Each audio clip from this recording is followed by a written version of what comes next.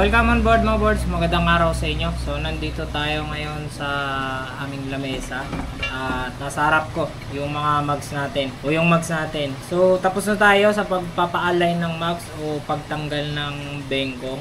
So ngayon naman is maglalagay tayo ng bearing. And then may mga ilang pyesa na rin akong in-order noon na dumating na ngayon.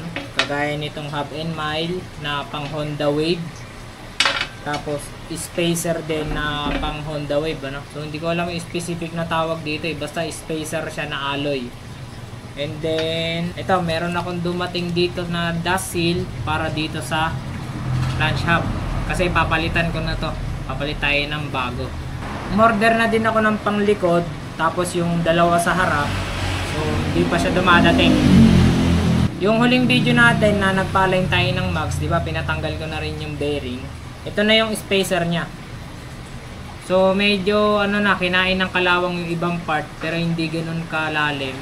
So binrush ko na lang yan para kahit papano mawala yung kalawang. And then ito naman yung spacer dito sa loob ng flange hub, yung nakapasok doon sa bearing. I-share ko sa inyo yung sukat ng bearing, ano. Ang naiba lang ng sukat yung sa flange hub, pero yung sa mag sa likod tsaka sa harap, parehas lang ng ng sukat ng bearing. Ang brand nga pala ng bearing na gagamitin natin, ito, Koyo. So sabi ng iba, maganda raw tong Koyo. So ito yung binili natin. Nabili ko lang to sa Orange App, parang wala pang 170 pesos. Lahat na yun. Ang naiiba lang naman na sukat is itong ating flange hub. Yung bearing niya dito sa loob, yun lang yung iba sukat. Ang bearing natin sa harap na gagamitin, harap at likod, ang sukat niya 6301 RS o 6301 2RS. Yun yung gagamitin natin dito sa harap tsaka sa likod. Tapos dito naman tayo sa flange hub. Ang sukat ng bearing dyan 6203 yung sukat ng bearing dito. Kaya iba yung sukat ng flange hub natin kasi sa loob ng flange hub, ito yung nakalagay, parang meron pa siyang collar sa loob Ito yung ipapasok dun sa bearing, tapos nakatukod siya dito sa may bearing sa loob ng mugs. Tapos yung axle natin, sakto lang siya dito. Yan yung sukat natin. Apat na 6301 tapos isang 6203. Yun lang. And then ito, gagamitin din natin to. Yung mga spacer na to, kaya hindi ko to iniwan doon sa machine shop. Ito yung gagamitin ko din para original pa rin. Kasi itong spacer na to, ito mismo yung spacer ng Honda. Tara, palitan na natin.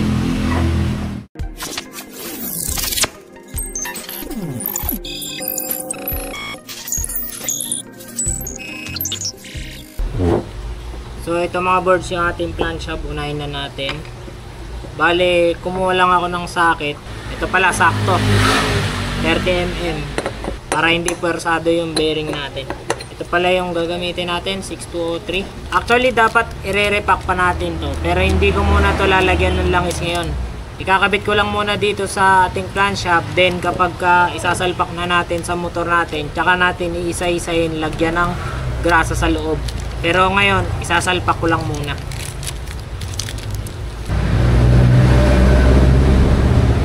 Wala naman tong harap likod. Kasi parehas naman yung markings niya.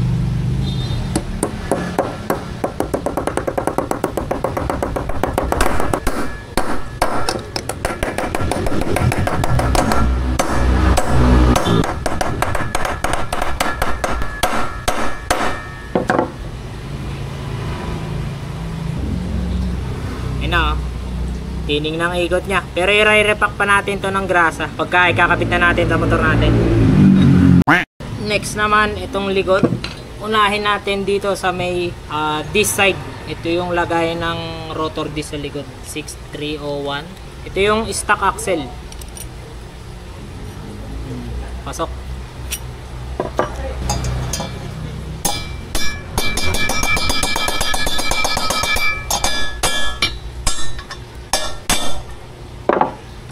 Okay na. Dito naman tayo sa kabilang side. Ito yung spacer sa loob. So para hindi ma-disalign yung spacer sa loob, itong stock axle nya, pasok natin dito sa bearing.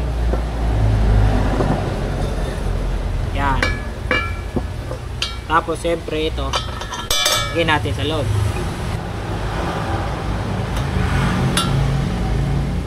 Yan.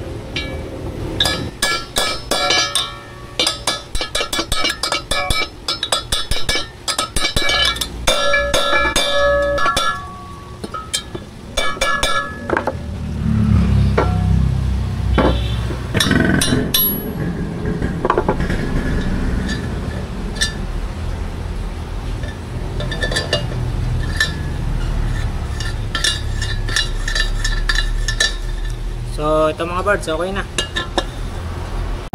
Dito naman tayo sa front. Same procedure pa din.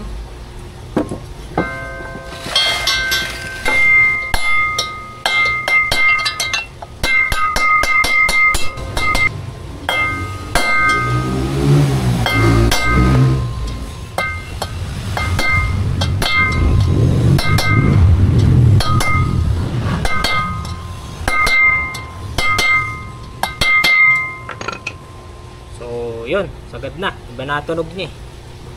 Next naman, dito tayo ulit sa ilalim. Yung kabilang side, which is ito yung speedometer side. Pasok natin itong axle. Ingay naman doon. Then, itong spacer. Tapos, bearing ulit. Ito yung bearing. Last bearing na to.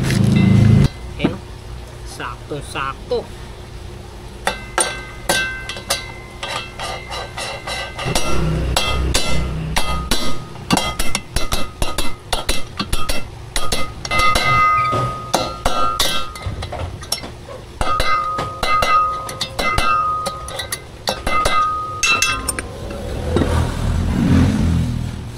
So, okay na mga birds.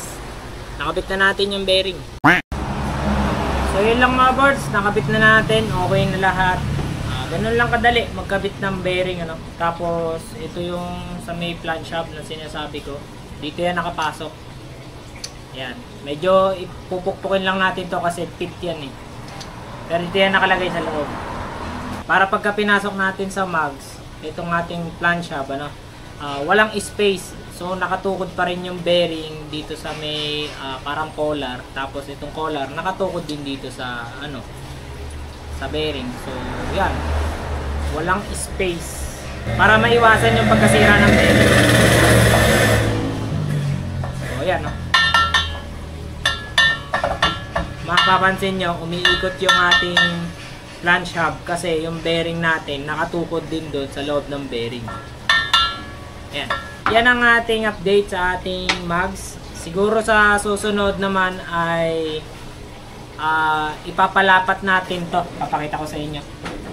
So ito yung ating magiging bracket ng aking ABS plate. So para maayos to, kailangan munang maayos yung spacer. So itong hub and mile sa harap. Kasi hindi natin to maaayos kapag itong mga spacer na yan, ito, pag hindi pa natatabas. Hindi ko sure kung alin dito yung magagamit sa tatlo na to, pero merong isa dito na hindi magagamit.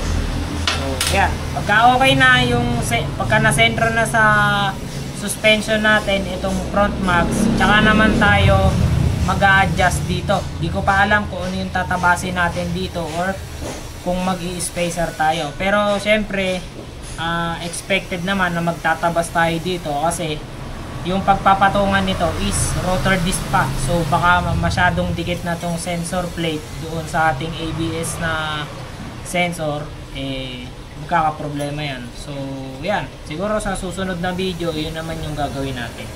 So yun lang mga board, salamat sa pagsubaybay dito sa ating project mags. Na sa mga naghahanap dyan ng mags na gustong ganito din ang sukat, 215 by 1.85, mas maigi tapusin nyo muna siguro or hintayin nyo nang matapos itong project mags ko para sa dulo is gagayahin nyo na lang. Mahirap kasi ngayon, baka mag trial and error kayo, mahirap na. Yung mga dapat kasing gagawin dito sa mags ko is naisaulo ko na, kumbaga na imagine ko na, kailangan ko lang talaga ng gagawa para magtapas. Pero yung gusto kong mangyari dito sa mags na to is na-imagine ko na. So sana hindi maging expectation versus reality yung gagawin natin. So, na-excite ako dito, pero sinasabi ko sa sarili ko na sana bago matapos tong project mags na to ay upod na yung gulong ng stock mags ko. Kasi nakakapanghinayang kung itatabi na natin yung stock mags ko kasama yung gulong, since hindi naman yun yung gulong na gagamitin ko dito kasi masyadong malaki yung sa likod tsaka yung harap. Ang gagamitin ko kasing gulong dito is bagong sukat na. So abangan nyo na lang yun sa dulo kasi yun yung pinakahuli nating bibilin, which is yung gulong kapag ka okay na lahat yung mags at ikakabit na lang sa motor. So ilang mga boards, ride safe sa inyo, maulan ngayon kaya huwag masyadong magpaspas sa kalsada. Ilang, peace out mga boards.